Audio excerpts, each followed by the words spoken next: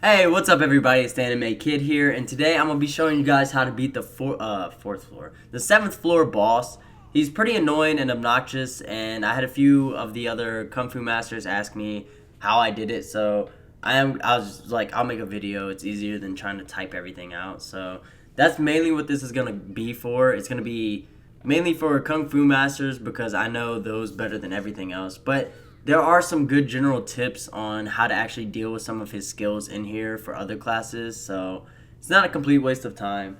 The first thing I want to say is I am not the best player at this game.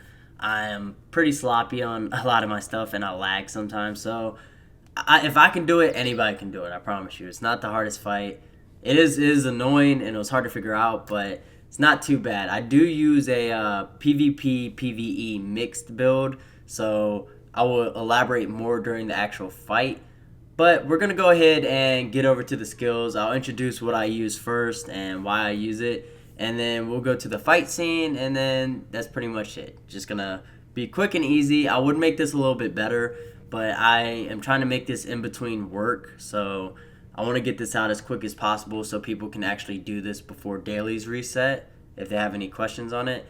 And yeah, we're gonna go ahead and get started. Alright guys, so we're going to go ahead and we're going to talk about what I actually run. I'm going to have the build like this just so you guys can pause it and copy the build if you'd like to. I'm going to explain what I found important with my build and what is not important, what you can actually remove. So we'll just go down the line, probably in this order like this, and I'll explain each skill and how important it actually is. So the first one we have is Second Wind. This is not needed at all. You can run it if you want to. I found I had a little bit of extra points that I actually didn't feel like switching around, so I just left them. I beat it with the points where they are. But this one right here is mainly used for that little pushback he does where it dazes you and then he slashes through you and it does like 8 to 9k damage or whatever it is. This can allow you to get out of that sometimes. Next up is Fighting Spirit, which is your grapple. This is a very key skill that you need. It's pretty much a buff. It's not pretty much. It is a buff that increases your critical hit chance and your crit damage, and I believe it lasts like 10 seconds or something. You want to use this at the very start. For other classes that aren't KFM, you want to use all your big cooldowns at the start. Why? Because it gives them more time to refresh. This is a DPS race while trying to not die, so something to keep in mind. Next up is your bread and butter of survival in this. It's your footwork and shadow dance. It's your E and Q. It allows you to, after using it, you resist damage for 1 second after use, and if you resist a certain amount of like attacks, you'll go into an evasive state where you evade all attacks for 6 seconds. So this is very needed for the final little AoE into that little dash part. I'll explain during the actual fight how you actually execute, but it's not too hard. A lot of people will actually wait for him to dash, but for people with laggier computers, it's not smart to wait for him to come to you to use these. So I'll explain more when we get to that point. Next up is Searing Blow. Very important skill. It's your F skill. It allows you to use this every time you get a critical strike or after using a critical strike with Tiger Strike, and after using Shin Kick. And this is a very big chi or focus regenerator. It allows you to recover, I think 5. Yes, it's 5. So it allows you to recover 5, and it does quite a bit of damage, especially with the crits. You can use it pretty often, and you'll see when I'm doing it. It does a ton of damage. Next up is Shin Kick. You have Leg Sweep and you have Shin Kick. Leg Sweep is very good in this fight. Having a little extra distance on it is also good. You want to keep this guy CC'd as much as you can, so you want to use this while your dazes and stuns are on cooldown. And you kind of want to use this to interrupt him from doing his bigger attacks. So this is important to use. Shin Kick, if you don't know what it is, it's when they're stunned, like dazed. You can use this skill. It's pretty much just an instant cast. It does damage, and it unlocks certain other skills like Searing Blow and Searing Palm. So you want to stack this while doing searing palm. When you do your daze, you're going to use your shin kick into searing palm. You're going to keep repeating that for 4 stacks, then you're going to use leading palm. This is going to do a ton of burst damage off the initial, like, off the start, and it's going to allow you to do as much as possible before having to worry about dodging his skills and running out of time. Next up, we got counter. You don't really need it like this. This is for tank build, it just generates threat. So it's not really necessary. You could probably just run it right here, use the points elsewhere. It's obviously a helpful skill for some of the attacks that he uses. Leg sweep, already went over. Comet strike. I run Comet strike for daze. I run it for the daze effect because I'm trying to keep him locked down as much as possible. Now, you don't have to run it in the spec. I find it very helpful. It's an instant cast, it's 30-second cooldown, and it dazes them for 2 seconds, which allows you to get your other cooldowns back and stack your searing palm. So next up is Rising Dragon. Stuns for 2 seconds and heals you for 10%. I have this spec for PvP also. Pretty basic, it's the same thing as this, same rules apply. And then Tremor. I run Tremor only 1 for the 3-second stun, and it's pretty much just to stack your searing palm. You'll see when I start off the fight, I go from Flurry, which I'll go over in a second. Right here, Flurry.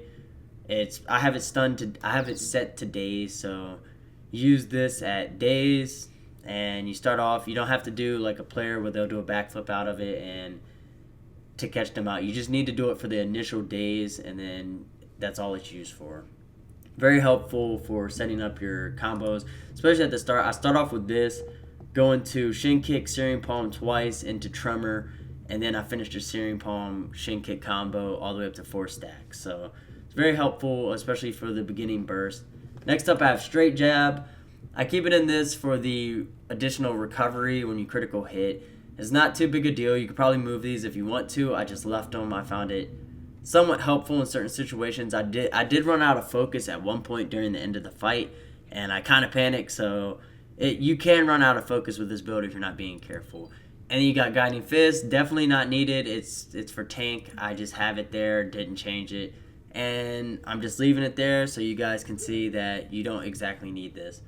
The only other thing I want to talk about during this portion is I had about 343 attack power when I did this, and I didn't have the best gems or anything. So you can do this with a True Profane at about 343 as a KFM. I didn't have much trouble once I figured out how to fight him, and it was actually pretty easy. So you don't need to be super geared for this. You don't need your siren weapon. You can do it with that.